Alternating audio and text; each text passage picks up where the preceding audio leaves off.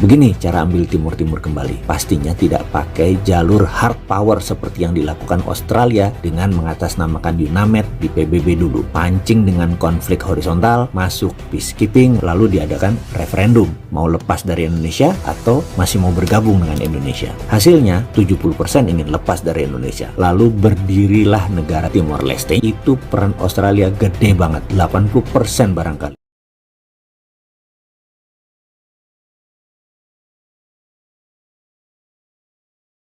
Pagi-pagi dapat pertanyaan yang diajukan ke saya. Bagaimana mendapatkan kembali Timur Timur balik masuk dalam payung Indonesia? Oke, saya senang pertanyaan seperti ini. Pasti saya jawab dan urai. Tapi nggak ada niatan mau pamer dengan penguasa sekarang dengan mengatakan, tuh saya punya grand plan. Kamu ada nggak? Yang pasti akan dijawab olehnya, kamu boleh-boleh aja punya grand plan. Tapi nggak ada rakyat yang percaya Sontoloyo. Rakyat tetap pilih saya. Itu artinya saya lebih benar. Ya nggak apa-apa juga sih. Namanya juga orang punya pengaruh dan dapat mandat rakyat. Sementara saya kan pemimpi, boro-boro dapat kepercayaan, peluang aja nggak ada. Begini cara ambil Timur Timur kembali. Pastinya tidak pakai jalur hard power seperti yang dilakukan Australia dengan mengatasnamakan UNAMED di PBB dulu. Pancing dengan konflik horizontal, masuk peacekeeping, lalu diadakan referendum. Mau lepas dari Indonesia atau masih mau bergabung dengan Indonesia. Hasilnya 70% ingin lepas dari Indonesia. Lalu berdirilah negara Timor Leste. Itu peran Australia gede banget, 80% barangkali. Bos UNAMED namanya Robert Kingsley sekarang jadi penasihat pertahanan Perdana Menteri Australia. Jago geostrategik. Timor Timur salah satu prestasinya. Setelah itu sedot aset Timor Timur berupa cadangan gas alam di celah timur yang berjumlah 10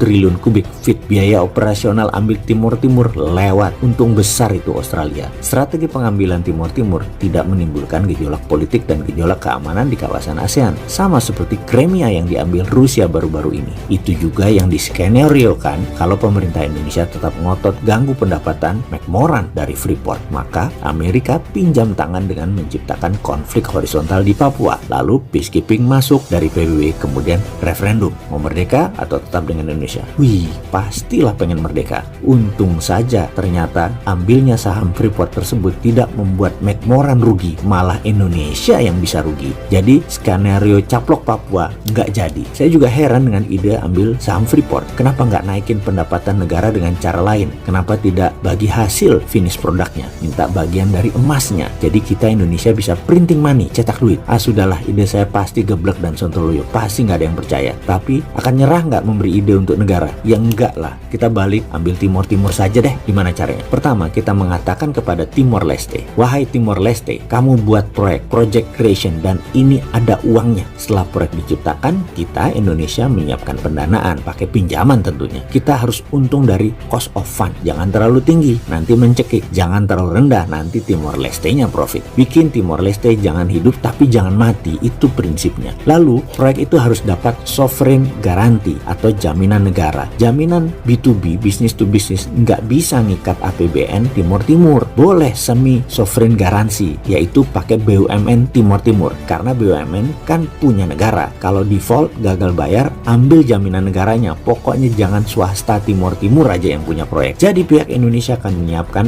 pinjaman, permesinan, tenaga kerja, konstruksi, operation, dan maintenance. Pastikan profit harus pihak Indonesia dulu yang ambil. Proyek harus di stretch, ditarik panjang, harus multi-year, bikin sampai 20 tahun kalau perlu pengembaliannya. Jangan 5 tahun balik modal, supaya Timor Timur kekunci terus. Jadi begitu proyek jalan, maka Timor Leste akan mulai kita ambil uangnya. Pertama, bunga pinjaman. Kedua, pokok pinjaman. Ketiga, profitnya. Keempat, biaya rutin perbaikan dan pemeliharaan. Kelima, tenaga kerja operasionalnya. Keenam, jangan lupa asuransinya. Harus asuransi Indonesia. Pokoknya sampai residual derivatif. Barang sisa kecil-kecil, ambilin semua. Timor Timur pokoknya hanya pemanfaatan jalanannya saja. Misalnya dengan pembangunan jalan tol, industri di sana seperti pariwisata maju. Nggak apa-apa. Pokoknya jangan di proyek yang kita bangun mereka dapat untungnya. Kita tahu bahwa membangun infrastruktur lama hasilnya. Dan itu penting. Timor Timur harus bangun sarana karena dulu kira-kira 4-5 tahun jalan, kita nikmatinlah 5 tahun awal setelah itu. Juga ketika sudah jalan kita lebih menikmati lagi. Tapi kalau tidak jalan atau proyek itu merugi,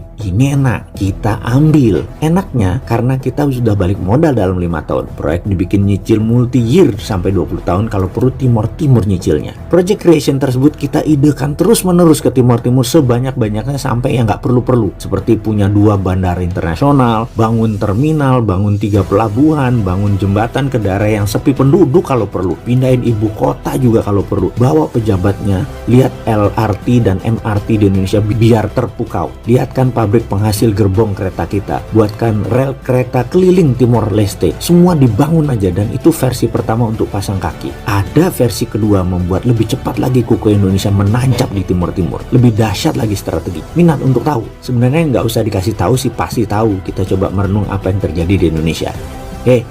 Ayo fokus di video ini, jangan ngebayangin yang enggak-enggak. Itu pikiran jangan ke arah kok kayaknya Indonesia sekarang kejebak Cina ya. Ngawur kowe. Enggak, Indonesia tidak kemakan dengan Cina. Enak aja kamu ngomong kayak gitu. Cina berusaha melakukan apa yang kita lakukan ke timur-timur, tapi nggak terlalu berhasil. Jago pejabat kita, tidak terkecoh Cina. Jago banget, salut saya. Coba kalau saya jadi pemimpin, pasti kepleset ke perangkap jebakan Cina. Sudahlah, karena itu jangan pilih Mardigu, biar dia urus anak yatim aja.